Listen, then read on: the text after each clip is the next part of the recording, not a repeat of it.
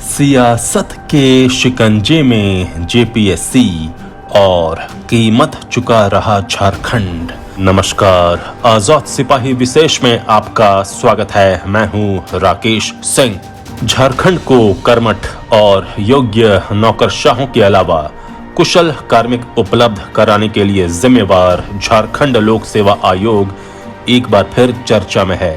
इस बार आयोग द्वारा ली गई 7वीं से 10वीं सिविल सेवा की प्रारंभिक परीक्षा के परिणाम में गड़बड़ी के आरोप लगाए गए हैं और इसे लेकर राज्य की राजनीति बेहद गर्म हो गई है।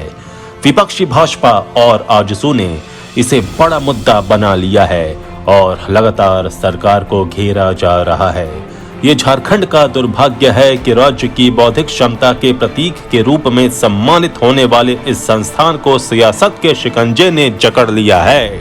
अभी राजनीतिक दलों को इस बात का अंदाजा नहीं है कि इसकी कितनी बड़ी कीमत झारखंड को चुकानी होगी। खुद आयोग भी इस बात से वाकिफ नहीं है, लेकिन हकीकत यह है कि जेपीएससी को यदि सियासत के शिकंजे से मुक्त नहीं किया गया तो झारखंड का भविष्य यानी युवा वर्ग को बर्बाद होने से कोई नहीं रोक सकता। झारखंड गठन के बाद अस्तित्व में आया जेपीएससी शुरू से लेकर आज तक विवादों के घेरे में है। आज यदि किसी से भी आप ये सवाल पूछें कि झारखंड को किन संस्थाओं ने आगे बढ़ने से रोक रखा है तो जेपीएससी का नाम शायद सबसे पहले लिया जाएगा। बदनामी और विवादों से भरे इस प्रतिष्ठित संस्थान में अब बड़े बदलाव की सख्त जरूरत है, वरना वो दिन दूर नहीं जब झारखंड को न तो सिविल सेवक मिलेंगे और न ही दूसरे विशेषज्ञ कार्मिक।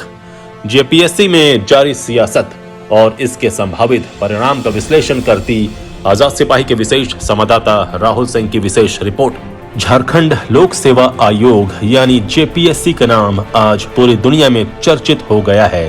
ये चर्चा आयोग की उपलब्धियों के लिए कम और इसकी कार्यप्रणाली में पैदा किए गए विवादों को लेकर अधिक हो रही है। 23 नवंबर को आयोग के खिलाफ प्रदर्शन कर रहे अभ्यर्थियों पर हुए लाठीचार्ज के बाद झारखंड की सियासत पूरी तरह गर्म हो गई है। ये बेहद दुखद है कि जिस संस्थान को राज्य की बौद्धिक और प्रशासनिक क्षमता का प्रतीक बनना चाहिए था, वो आज सियासत के शिकंजे में फंसकर पूरी तरह कर्राह रहा है। अपने स्थापना काल से ही लगातार विवादों में रहे जेपीएससी की शुरुआत ही सिर मुड़ाते ही ओले पड़े से हुई। आयोग को शुरुआत में ही सियासत के शिकंजे में जकड़ दिया गया। इसका परिणाम ये हुआ कि इससे भी सियासतदानों ने अपनी खुंट चाल का एक बड़ा पड़ाव बना दिया।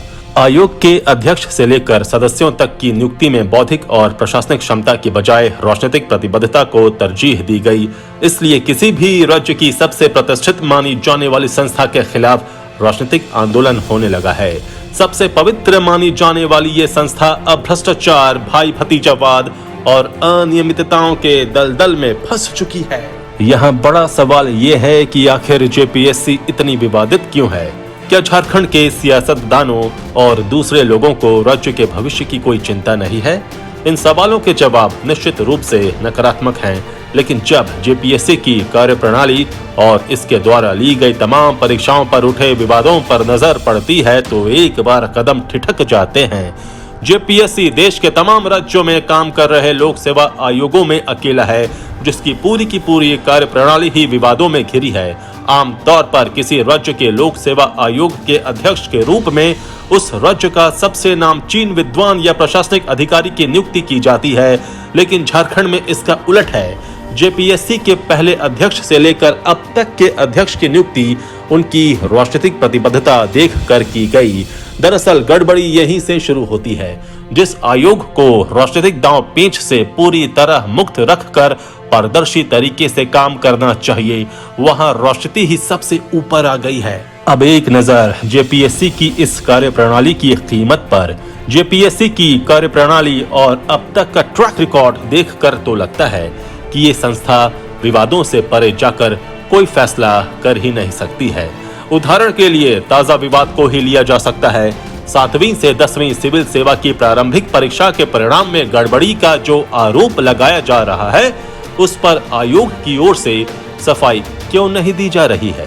क्या आयोग ने इस परीक्षा का रिजल्ट बिना कट ऑफ मार्क्स तय किए ही घोषित कर दिया है? यदि नहीं तो फिर कट ऑफ मार्क्स जारी करने के लिए 4 दिन का समय आयोग को क्यों चाहिए? इन सवालों का जवाब इतना आसान नहीं है, क्योंकि इसके लिए सबसे पहले राजनीतिक प्रतिबद्धता को तिलांजलि देनी होगी। एक और बड़ा सवाल यह है कि आखिर नियुक्ति करने वाले दूसरे संस्थान या आयोग के परिणामों पर विवाद क्यों नहीं होता?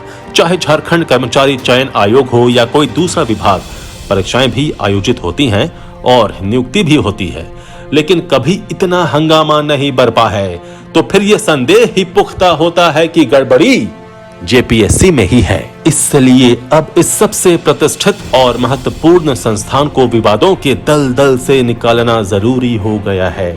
इसके लिए जरूरी है कि इसके संगठनात्मक ढांचे में पूरी तरह बदलाव किया जाए। राजनीतिक प्रतिबद्धता वाले रिटायर्ड नौकरशाहों या विद्वानों को यहाँ नियुक्त करने की बजाय ऐसे अधिकारियों और विद्वानों को इसमें लाया जाए जिनकी निष्ठा पर कभी संदेह नहीं किया गया हो। सदस्यों के रूप में भी अपने अपने क्षेत्र के नामचीन और प्रतिष्ठित लोगों को ही जेपीएससी में रखा जाए। इसके साथ जेपीएससी को राजनीति और नेताओं के चंगुल से भी पूरी तरह आजाद करना होगा। ऐसा नहीं करने से झारखंड योग्य और कर्मठ अफसरों के लिए तरसता रहेगा और इसकी प्रतिभा की हत्या इसी तरह होती रहेगी। जेपीएससी का सवाल इतना महत्वपूर्ण है कि इस पर तत्काल ध्यान देने की जरूरत है। झारखंड के सियासतदानों को अभी इसकी कीमत का अंदाजा नहीं है, लेकिन समय बीत जाने के बाद उन्हें जेपीएससी के साथ किए गए अपने व्यवहार पर ही अफसोस होगा।